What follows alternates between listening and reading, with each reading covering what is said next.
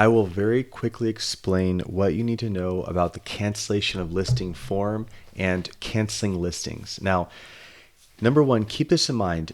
If a listing broker has a listing agreement with a seller, that listing broker can keep that seller in the agreement, effectively trapped into the agreement until it expires.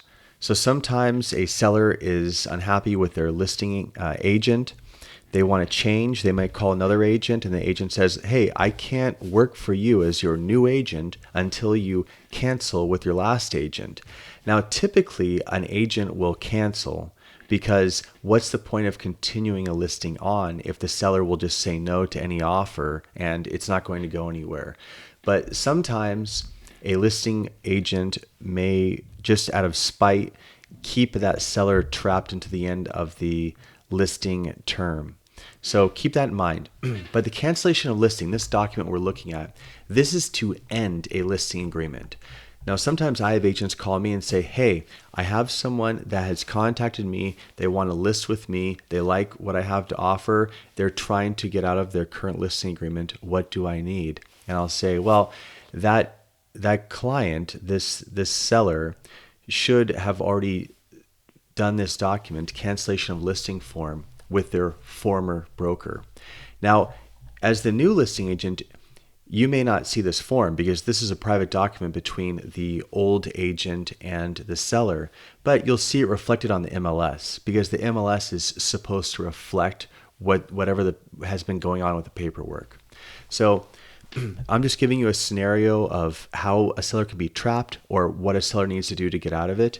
But this is the form, the cancellation of listing, and it's one page, and we'll go through it very quickly. And I'll show you a very short version, and then I'll explain it a little bit more thoroughly. So here's the short version. Really simple. Broker name up here, the date of the listing agreement, the principal is the seller, property address. Okay, all this is pretty straightforward to fill out this top section here. Now, every once in a while, I see this as a broker. And what agents often do if they just want to end it and walk away, they'll go down here and they'll check this box on line 4. Principal owes no compensation to broker. And then you're going to have the principal or the seller sign.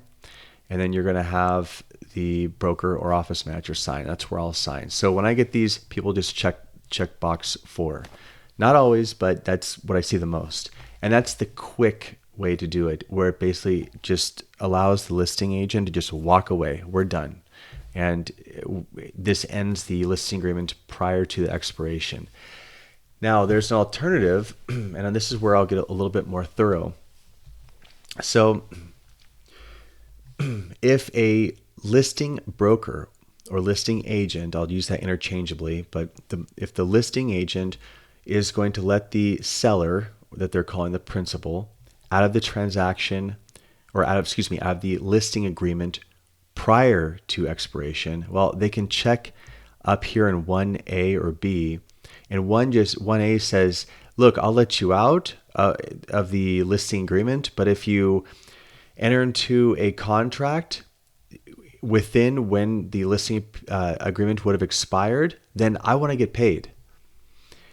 Or they can say, "Hey, within a certain number of days, if someone that entered the property while I was a listing agent ends up buying, I want to get paid."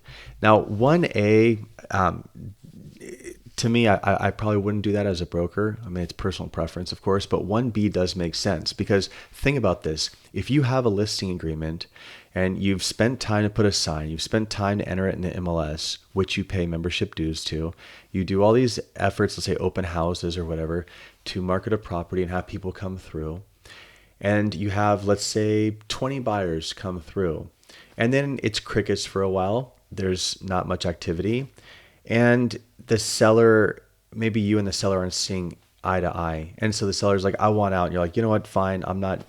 I haven't been happy either."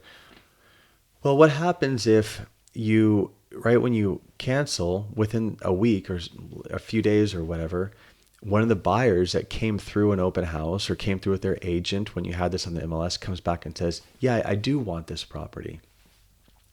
Well, This transaction will very likely be done without you because you're out of the picture once this cancellation of listing form is signed. This protects you. So you could put in like 30 days and then write a name of buyers. Or what I recommend is create a list, put it on a Word document. I mean, you could handwrite it on a notebook paper. I mean, it doesn't matter. The point is you need a written list of some form. And it could even be the agents that toured the property. And I'd recommend doing this as well. I'd call the agents. Hey, can you just give me the name of your buyer or first name or something to that effect? The more information, the better. But you want to document anyone that entered the premises while you were the listing agent.